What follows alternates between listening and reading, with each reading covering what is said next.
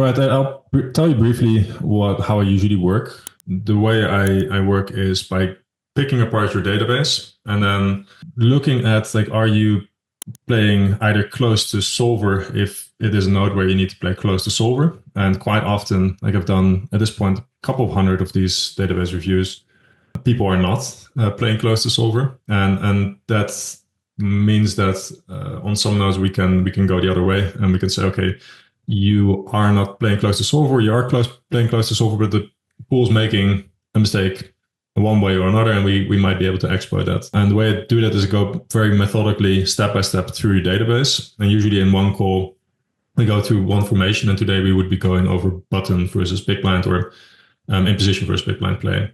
I'll just show you stuff, ask you some random things if it comes up. This is what you're looking like right now. This can definitely be improved. I started the blog and run it once like 6 years ago, and then in the beginning my graph looked sort of like this. So yeah, like don't get discouraged just yet. So here, this is the way I usually work. So this is an alias actually. So let me go to single player and pick you, and then we can see how you are doing. To be completely fair, I haven't looked at this. I thought I looked at it, but I looked at the alias in your pool. So we are just going to take this one step at a time. What you see here is this is basically the general information. And there's like a lot of information on what Pio's frequencies are, then what your frequencies are, and where you might be deviating from Pio. You can already see that there's a couple of things that are worth working on. Now in the general tab, I'll just tell you about general trends. And then once we go into the first formation, which would be single raised imposition people raiser, we can pick apart and I'll show you some sims and examples and stuff like that. If we go to the preflop section, you're playing a little bit too tight. And then in particular, you're under 3-betting a bit. And the node where that is, I'm just going to do it like this, where that is very obvious. And this is not just you, Roberto, this is like the entire pool does this, but from the big blind, and you're not 3-betting enough. I'm highlighting here big blind 3-bet versus small blind. And you're 3-betting 10%, and you should be at 19%. I'm just going to open up a sim real quick. So to show you what, again, I'm not saying we should be copying solver, but just to give you an idea of how aggressive it is in this formation. A lot of these are in there. I think it makes sense to go more linearly because the pool's overcalling. So like to it a bit more with like these ones in the top of your range. This is versus small blind, huh? This is for small blind, yeah. So you're in the big blind now, and you face an open. Like the thing that is happening now is you're at 10%, and if we go to the small blind range, you can see that there's all these hands that are effectively 0 EV. Like if you look at something like Queen 7, Jack 7, pretty much 0 EV. The reason why they are not opening is because in this case, because I would be 3-betting correctly, but if I don't, then those hands become opens. Exactly. Yeah. And that is something that is noteworthy. Exploitatively, the pool is not 4-betting enough either. So you get an open, we 3-bet, and then how often are they supposed to 4-bet? Roughly 21%, and they're significantly below that. And that means that you're actually allowed to 3-bet more often because then basically the same thing applies. Like a hand that doesn't really want to 3-bet.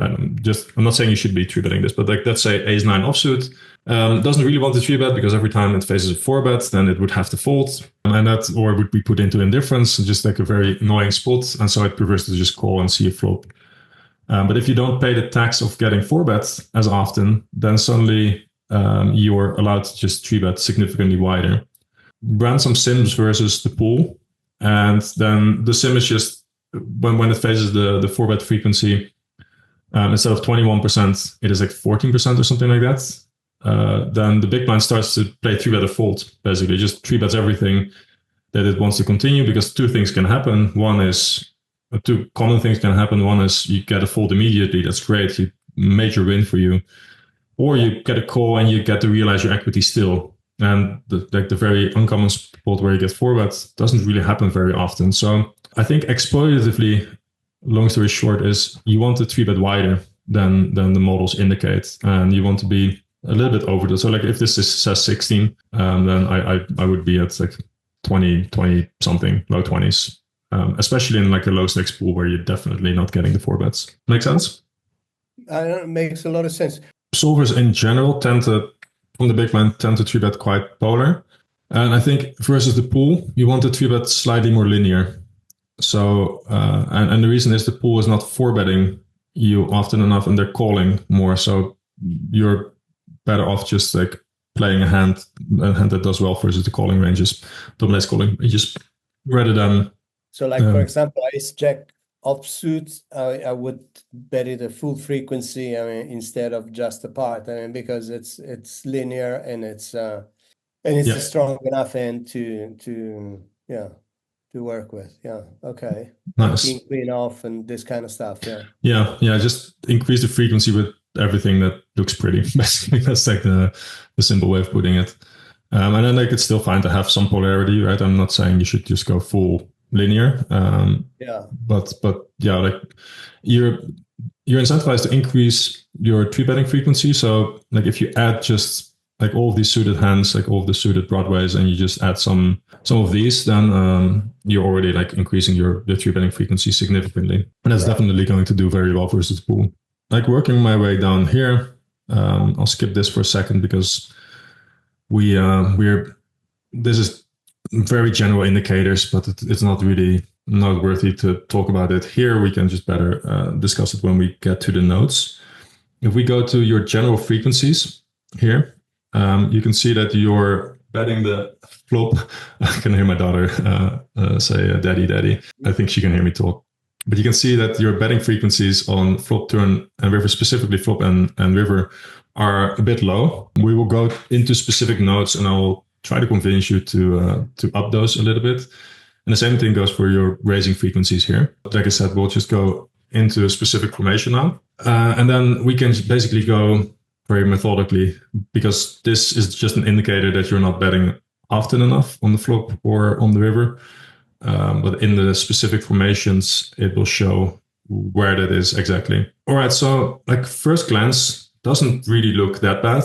I was just looking at the pool that you're playing in by accident, and the pool's definitely playing a lot worse than you are, which is not surprising. You're beating the rake. There's some things that I think are noteworthy though. So first of all, let's start with the flop c-bet. Like, what can you tell me about your c-bet strategy at this point? Strategy is a big word. I've now implemented like a fairly standard approach in terms of, but it's more of an exploitative approach. I tend to be fairly selective. I have one size and two sizes, let's say. I mean, I have 25% and 70%. And that like the obvious flops like ace king two rainbow that I would bet 70%, regardless of whether it's a reg or a recreational. And then there's like the bet flops like 5, 6, 7 two tone that I would be extremely more cautious on. Versus recreationals, I tend to bet like very frequently 25%. Or I mean, if the guy has if I don't have much, if we don't have much history between us, I rather go 33%, because even in the future node, if I think that I have an advantage over this guy, I will try to increase my EV by betting a little bit bigger, which I wouldn't do against a regular that will know if I'm betting 25% or 33% against him. So yeah, that's one aspect of my strategy. I mean, I'm not sure what else you want me to expand on. Yeah. So like, are you for instance range betting any textures? Well, range betting, I mean, I'm basically almost range betting everything against a recreational. Yeah, versus regulars. Let's go with regulars now, and then we can just circle back to the recreationals.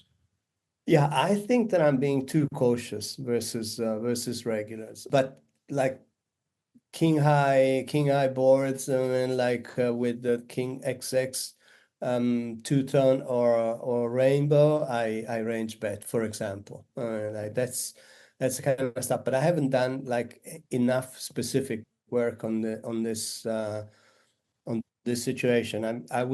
I would need to be studying some aggregate reports and more in detail and try to understand a little bit better what I'm doing. But it's like, it's like how do you eat an elephant? That's a nice expression. Yeah, it's definitely a lot. It's a very broad question, which is why I like asking it.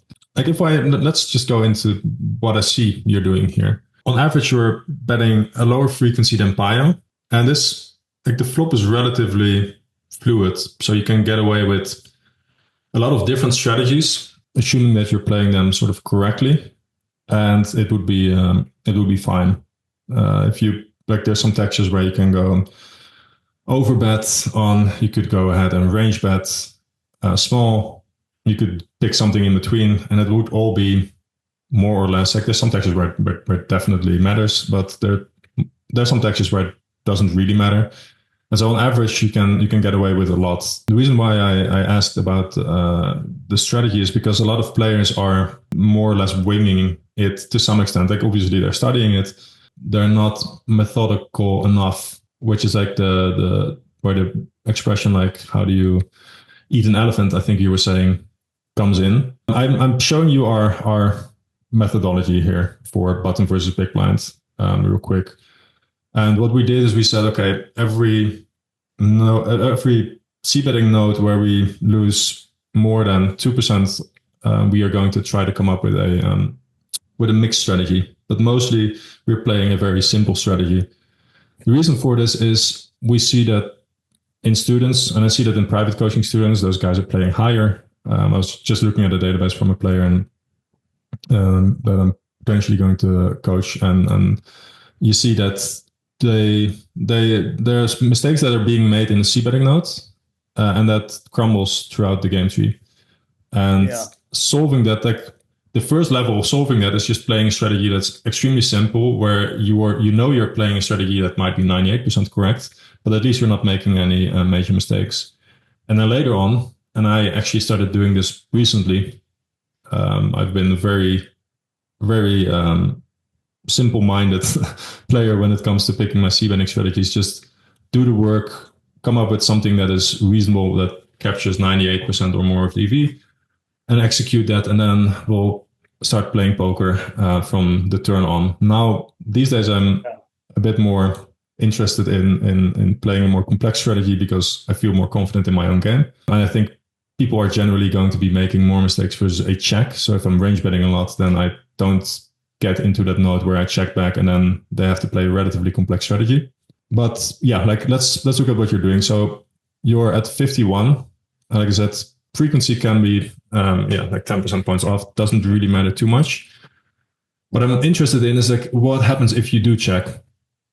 And you can see if we go through the notes that there's some things that are going really well.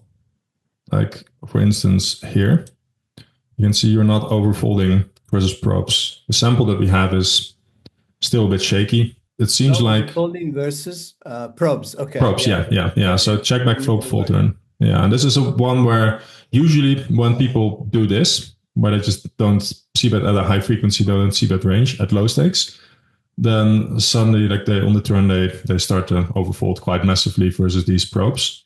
And I think on a level, I mean, this is why I am overprotecting my flopsy betting range, because I don't know. I think it's more a psychological thing. It's like I don't want to fold to a probe, so I consciously strengthen my flopsy betting range, but I'm not sure that's the right approach. I mean, I'm very happy we're talking about this. Yeah. Yeah, it's There are two things that I want to say about that. One is, yes, generally it's a good approach. And I'm actually going to show you the pool data in a sec.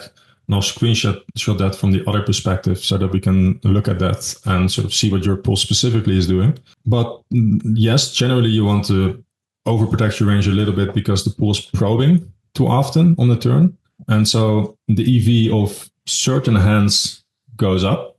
Hands that would be defending versus a probe generally. But hands that are generally not defending versus a probe go down in EV because those hands heavily rely on seeing a check and then maybe bluffing the turn or checking back again and then realizing some equity. So if you go into a random, pick something like low so that we actually have a reasonable amount of checks. If we pick any random high card hand that isn't really very strong, so let's say like Queen 7 or something like that of spades, you can see the check still yields, like it's indifferent, but the check still yields almost a big blind. And that is usually because like either you spike something on the turn, increases the EV quite a lot immediately. But also like once the turn is like, I don't know, a check or something like that, you get the option to sometimes bluff. Maybe not on the turn here. Actually on the turn you already start to bluff. Or on the river. Like somewhere you have the option to generate some EV by just betting your air. If the out of position player were to bet like 50% here, then the EV of checking this hand goes down.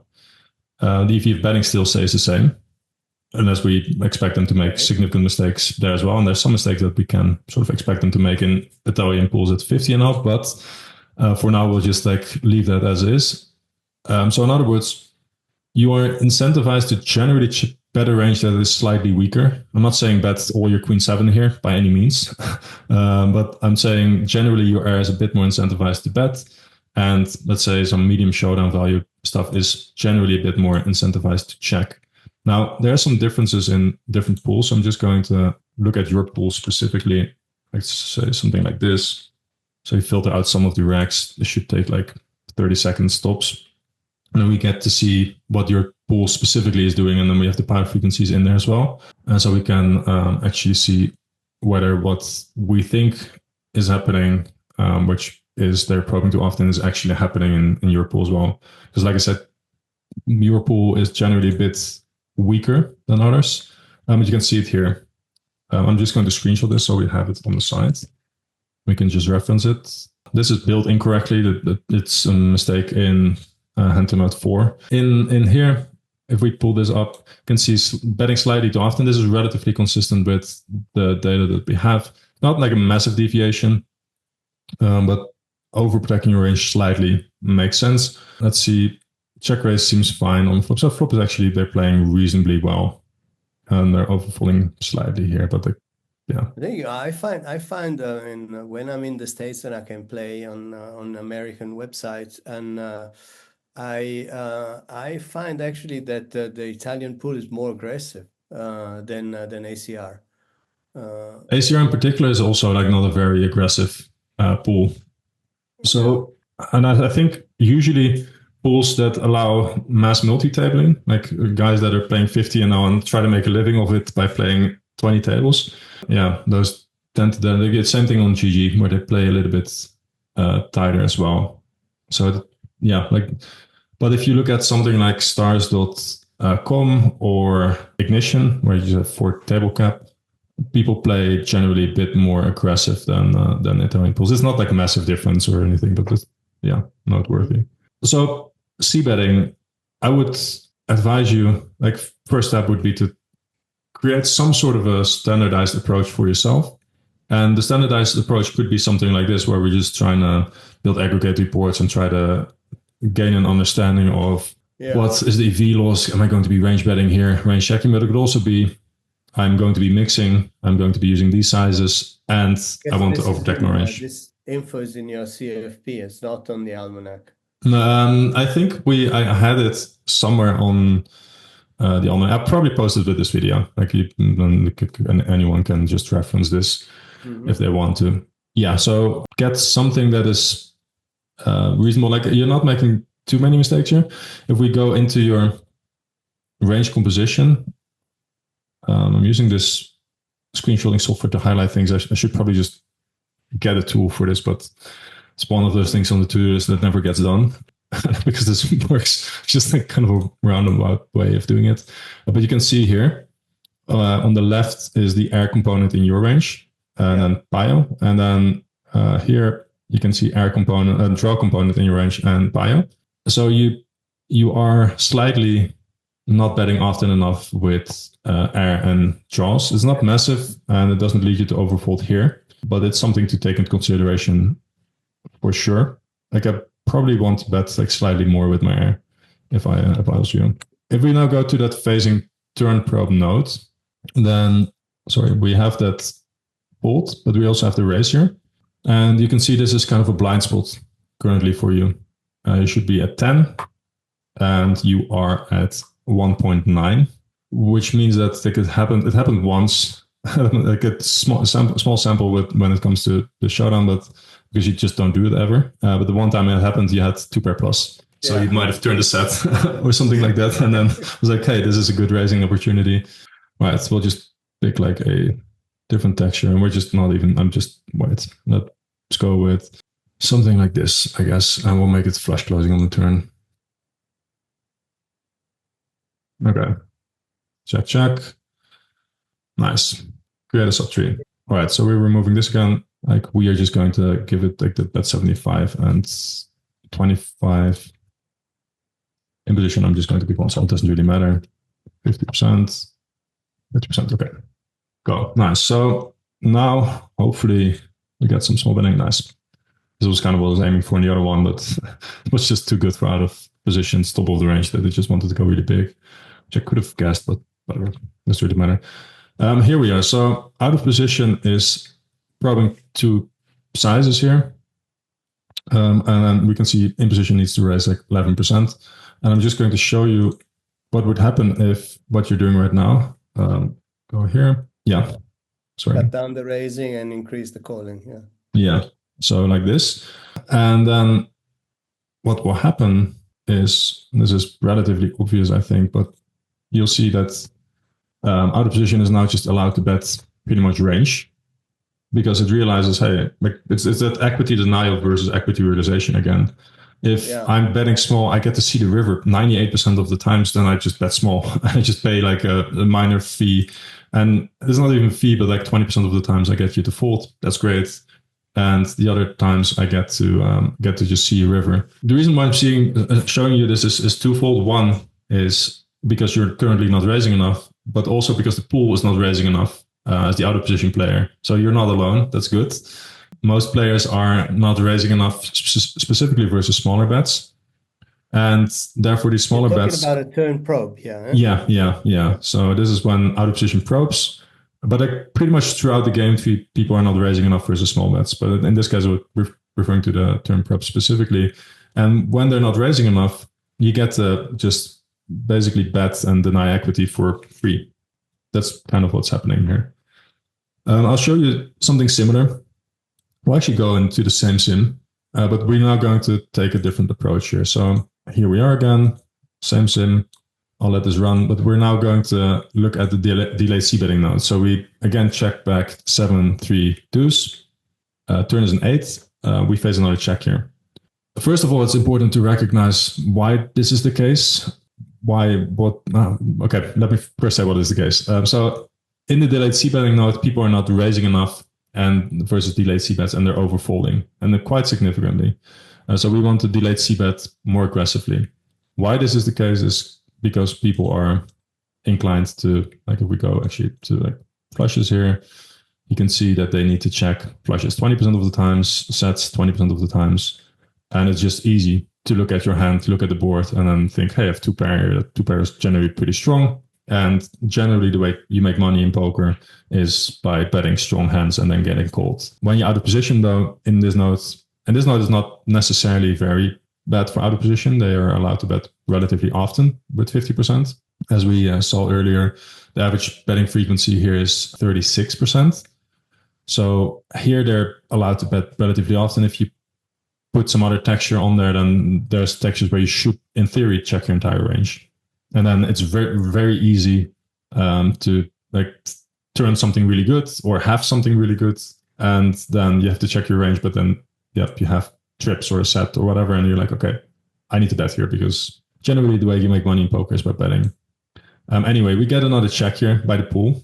We are just going to look at what would happen if the pool slightly overfolds or slightly under raises. So first what I'm going to do, I'm going to lock out of position strategy, because otherwise what would happen is it would realize, hey, if I'm checking here, then I'm forced to make a mistake. Compensates, yeah, exactly. Yeah. And we don't want that, right? So we want to just see what would happen if they, let's say they're just like not finding the raises that they should be finding here. Why can't I? Oh, wait, I locked them both. That's a bit much. And let's just lower increase the folding frequency by just a couple percent. I'm just going to show you the data in a sec while it's running. I'm doing something again. So let's like make this like 28, something like that. Here, this is the pool. Check, folds. You can see 64 in your pool, which is quite ridiculous. That is, what is it, 18 percent points difference. What we note logged here was just a couple percent points, like three or four, something like that. And then check, raise. You can see gets closer but under raising. And then in particular, if you were to like look at different sizes, then the smaller sizing, they under raise quite significantly against. And then look at what we should be doing. Like you can sort of guess after having seen that other sim, but you're just pretty quickly going to range bet. If we let this go to, let's say 0.1, then it would just go up and up and up and up and up. Now, I want to be clear here. I'm not advocating for you to range bet every turn because pool under raises and overfolds. It does make sense to look at the opponent that you're playing against, because there's definitely players where I would just be blindly betting range and not really thinking about it too much. And I want you to increase the betting frequency so that you're, let's say that we aim for something like 53 here. Is my delayed c-bet low frequency?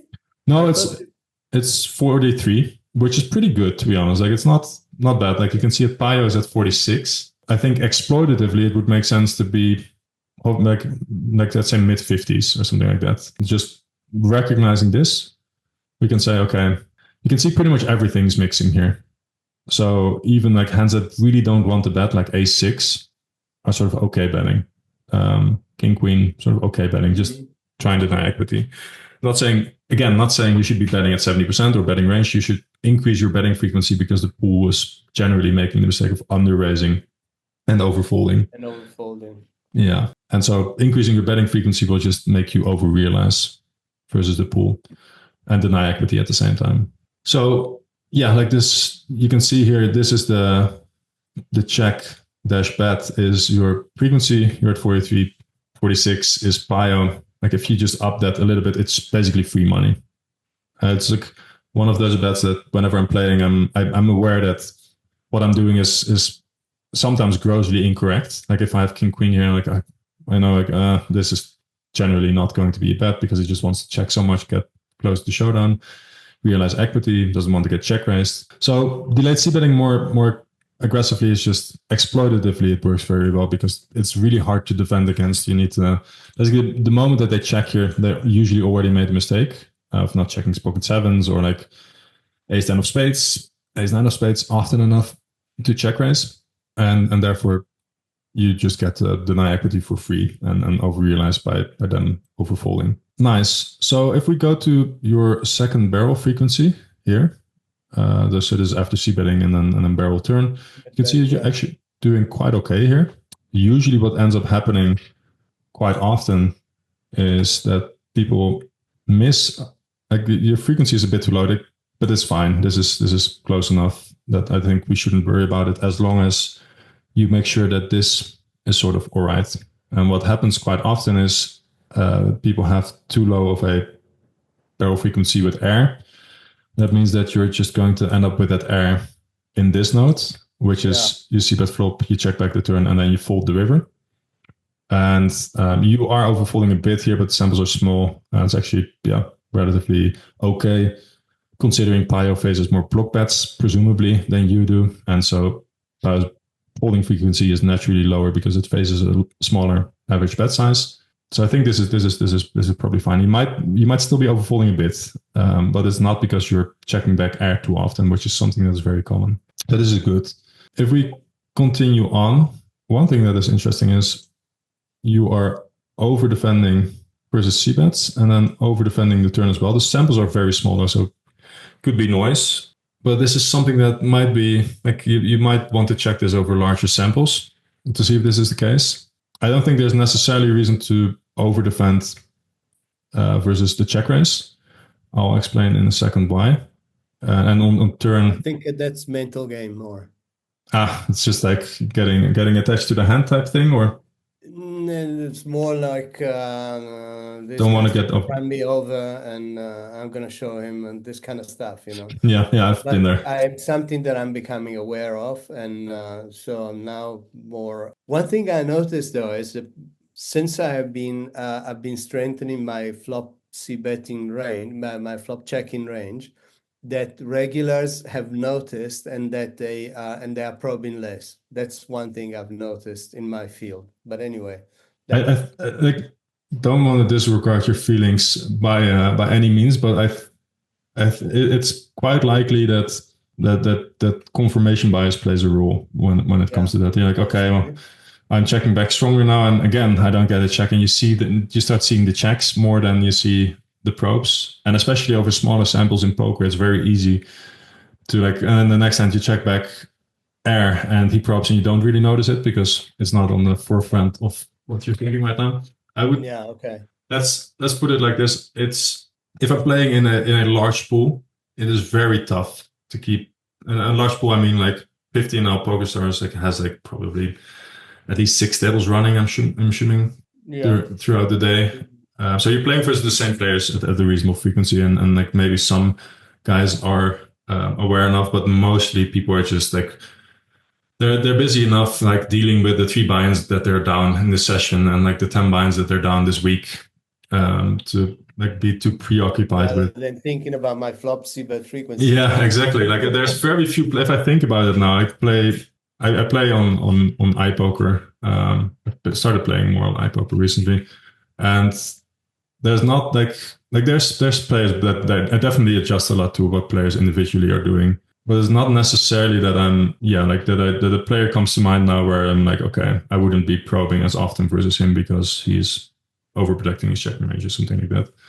And especially like because the player that like we can go here, if we go here, then there's a few players that where you have like a couple thousand hands on. Well, there's a couple, but yeah, I don't think that they are aware enough that you probably don't play a significant role in their poker player lives. They just like more or less play their own game, and sometimes they might adjust somewhere, right? I'm not saying that they, but very specifically, it's really tough to get a read on something over just a few thousand hands because the amount of hands that you played versus one another is just too minimal to come up with like if we go to him for instance, like it's pretty good idea to just go here and then see how often did take 14 times we've seen him, like we have seen him, we've not played with him, we've seen him get into a node where he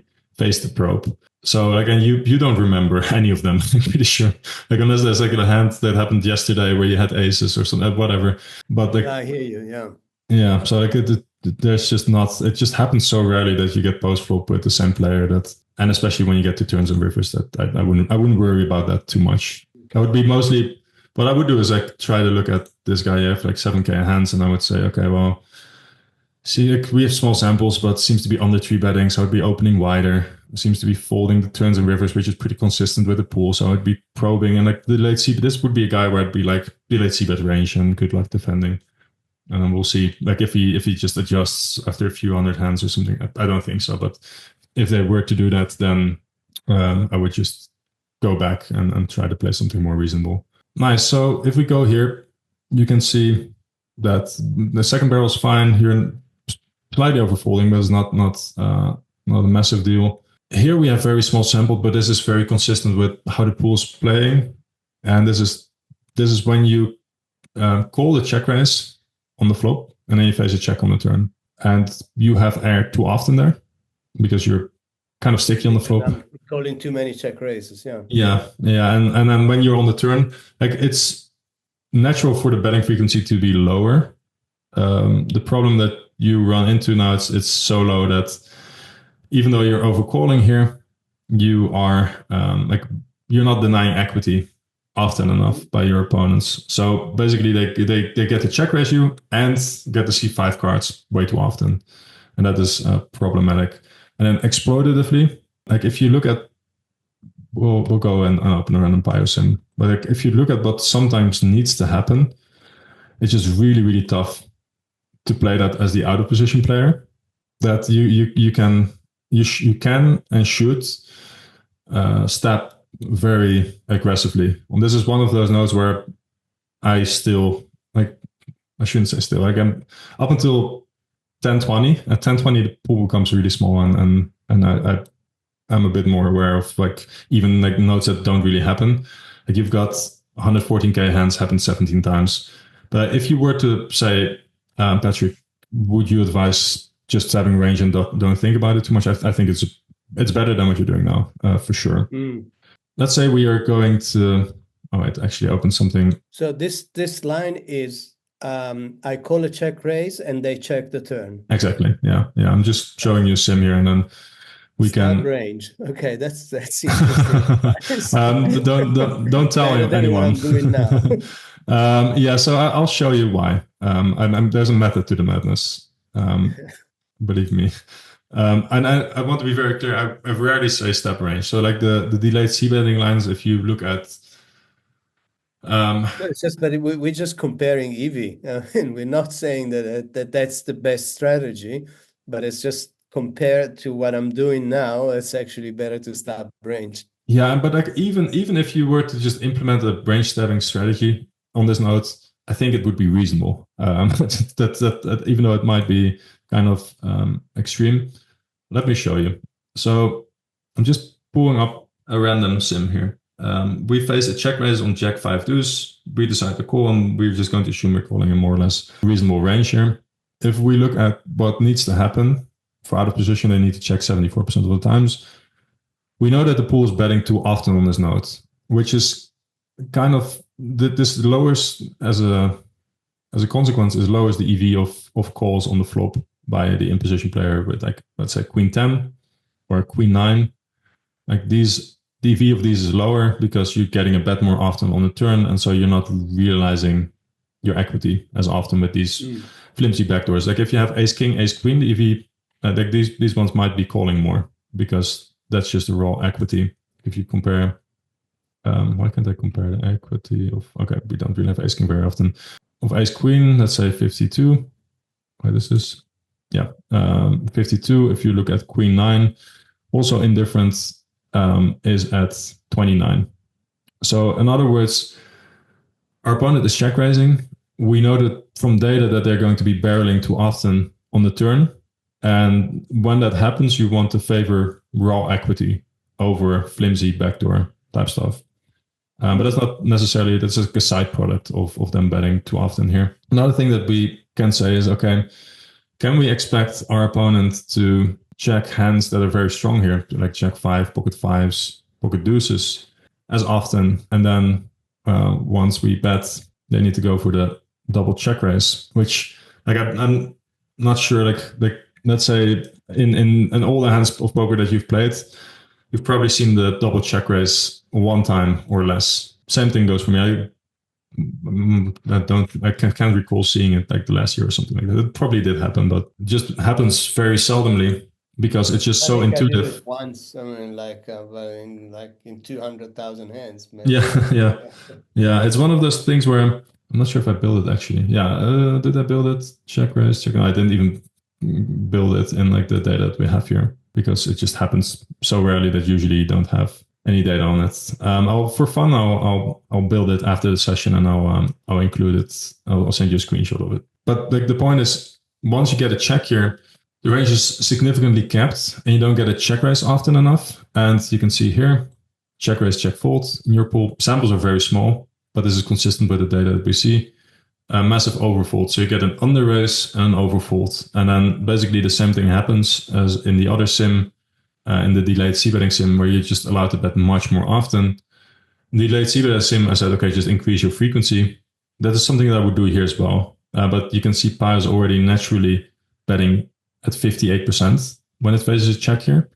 So it's already allowed to bet much more often. And then with that mistake and the fact that it's such a rare note to begin with, I think betting range here is a reasonable play. Like it's not the approach that I'm taking. I want to be clear. My betting frequency is higher than 58, but probably 60 something. Because even like in my games, people are not check raising often enough. That should like, tell you something. They might not be overfolding as much, but they're definitely not double check raising me often enough. So betting liberally and just these are like the sort of cheater bets, right? Like I know that I'm technically not allowed to bet my queen nine here at any meaningful frequency, but I'll just block bet and wish him good luck on his defense and know that he's going to struggle. And yeah, that's kind of what you'd want to do there. And if we go back real quick here, your turn bet is actually quite alright. It's like the river bet and the floor bet that are a bit low. Floor bet is fine. If we go, the pool is overfolding in most river lines. If it's somewhat close on the river, then you'd want to. No, sorry. This is when you have the option to bluff. So the pool is overfolding. When it's somewhat close, you want to bluff. I'm just going to. You might have seen it, but I just want to show. Yes, unless I have horrible blockers, I need to bluff. Yeah. That's like unless you have horrible blockers or you have like showdown value, like the EV of checking is clearly high, you don't want to bluff.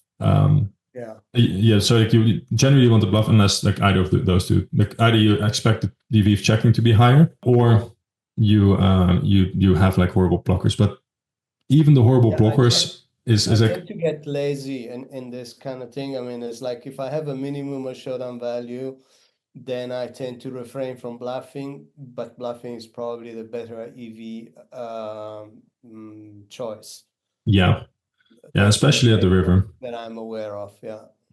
Yeah, if we just pick like a random river note, so I'm going to pick something where like there's some notes where Pyro is bluffing quite aggressively. Some notes where like blockers are more important. I'll pick something that's a bit in between, which is a bet check bet. So we see that the flop small here. We check back the turn, and then and this specific one it is bluffing. Let's see, pretty much always is it bluffing? Yeah, so pretty much always already. And you can see like it starts checking here with hands that have like it's not like King 10 is not a good bluff here. It just has as EV as a check as well, and so you're sort of indifferent between those two options. But then what you're suggesting is that with those hands, I mean, where I have EV even checking, I mean, that I should actually turn them into bluffs. Yeah. I'm just going to create a subtree here, and we will. I need to build it. Like this is kind of like this is not the ideal one for back blockers are not very obvious here. You can see out of position needs to bluff pretty much always as well here on this note. But we'll just go and say that he plays this strategy more or less. Check you're facing, and now you have the option to bet. And let's go with this one and say that there's like a minor overfold. Nothing too massively, but like we'll make this like 50. In reality, it's quite a bit more than like it's like 53 or something like that. But obviously now when this happens, like all these king highs are fine bluffing, like even like ace highs are now bluffing, ace 7 is bluffing. What's the cutoff point? Ace 8 is checking. If you had, if this was a spot where blockers would be relevant, then it would just go with like the everything but the worst blockers. It would just bluff. And I think in practice you want to do that as well. You want to generally tilt your strategy towards just if you have air on the river and you're in position in your pool, bluff, and then readjust. Sorry, I thought someone was coming in. I mean, you can see here, this is all the lines where you have the option to bet the river, not all, but the most common ones, and you're generally not betting the river. Under bluffing, all of them. Yeah. And this is why I kind of wanted to show this. I've shared it in this because you might have seen it, but not. That's why they never pay me. That definitely plays a role, but I was coaching another Italian guy, and he had basically the same thing. I want to say he took it too far. I think I took sessions with him, and he's like, I'm just doing everything as you say, and just going very extreme with it. But something like this is not uncommon in Italian pools because people generally on the river are not very aggressive, as you can see in your case here. You're Yeah. not doing that, and therefore people are overfolding. So, and this is a reasonable strategy. I think you should be overfolding when you face a bet, generally speaking. And there might be Mhm. exceptions, like versus this guy, just click call. And then there's going to be when you're the imposition player in this formation, when you're the aggressor in other formations, you generally just want to bluff, and you don't need like if it's close and you don't know like I don't really know, then just go half pot and move on with life. If it's a small bet, it's a small investment. It's generally going to pay off quite a bit, and it will be it will be very beneficial. Make sense? That's fantastic. Now, the only thing, I mean, like just that really let me, I don't know if it's a small sample, is that 1.9 in blue there with check raise, the range composition. Yeah, that one there. Like that's the one thing that I need to go over. Again, I mean, it's the most glaring aspect. I mean, like. Yeah, for sure. Like this one is just a blind spot for you. There are like a couple more things that I think. I like this one thing that I would want to like where you can get some free EV basically. You can see these raising lines. You're under raising, and the pool's overfolding versus raises in this formation. Not in all, but when you're the in position player, they're generally overfolding. So raising quite aggressively again makes sense if you're in doubt. You're like this could be a raise potentially, Raise, then just race, go for it, and basically take this guy's approach. And there's one story that I always tell when it comes to this, because it's one of those notes where it feels really shitty when you put in a race with a bluff and then you get called. You feel like you get caught with your pants down. But there's yes. a guy that is playing, and it always feels like they're onto you. Like for me, it also gets personal for some reason. If I bluff the river, I'm sort of I've distanced myself from that, and I can just okay, everyone bluffs, that's fine. But when I bluff raise the river and I get called, then it feels like they are exploiting me somehow because I'm playing an exploitative strategy, probably in some extent. But there's a guy that is playing Russian cash in our CFP. Is playing 200 Russian cash, and he shared his results at some point for the year, and the results were pretty good. He was winning a couple of big ones pre-rake back, which in that pool is very That's very good. significant, yeah. Yeah, but what he did is he showed his stake, win rate, rake, and stuff like that. But on the end, he forgot to crop out his river raise in position, and it was 32, which is like if you go here, is like river raise in position should be quote unquote should be 18. Most players have it at like roughly 12, like you. It's like kind of a blind spot for most players.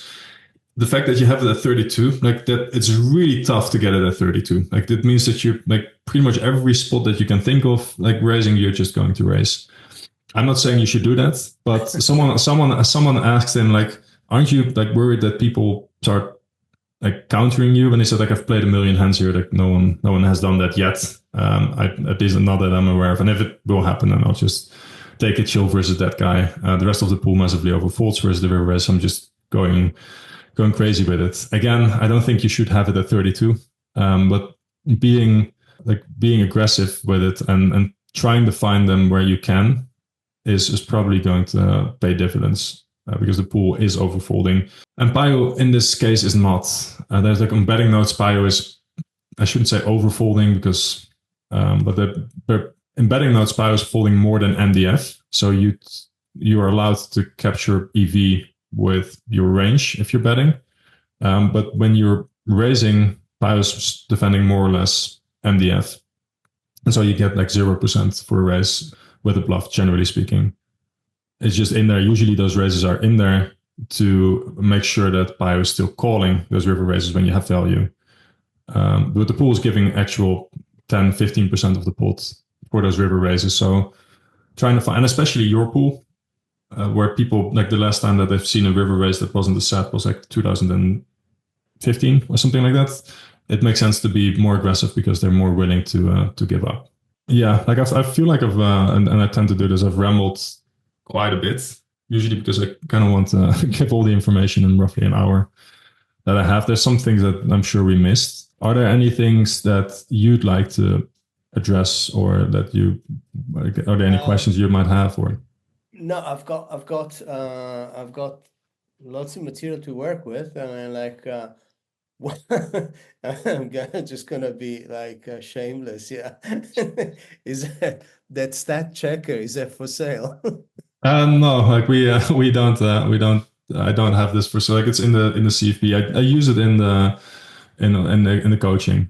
So, but Yeah, I don't want to sell. Like I'm not selling any CFP material, not because I don't want to be a nice guy, but also because it's not. I'll cut this out, but it's not. I'm not 100% shareholder, so it would be selling like some product that's not 100% mine. We've been yeah. thinking about like selling parts and like doing something with it, but for now we're just going to keep it as is. No, that's cool. But no, this was great. And I'm very like I've got plenty of stuff already to work with, Nice. and then I will try and make the best out of it and see how to move forward. Nice. Yeah. So if you like, if you have any follow-ups, it's a free offer, and I'm usually pretty willing to give this offer because rarely someone takes the bite. But just feel free to like, if you have any follow-up questions, like you're reviewing some stuff tomorrow or something like that, just feel free to drop it in the DM that we have going right now, and I'm happy to answer questions there. Yeah, okay. I say this every time, and I'm going to say it to you as well. I say this to every player that I coach, and 70% I never hear anything from. Like 25% is like posting a question once every 2 weeks, and then like 5% becomes a little bit annoying. But yeah, that's fine. That's like kind of what I'm asking for. So feel free to do it, and yeah, I hope that you make it in that 5%. That's Well, going to be a bit annoying. how do I ask you? I mean, a DM on DM, yeah, just DM. Just if you have like something specific in regarding to this, relating to this, then drop it in the DM, and I'm happy to answer there.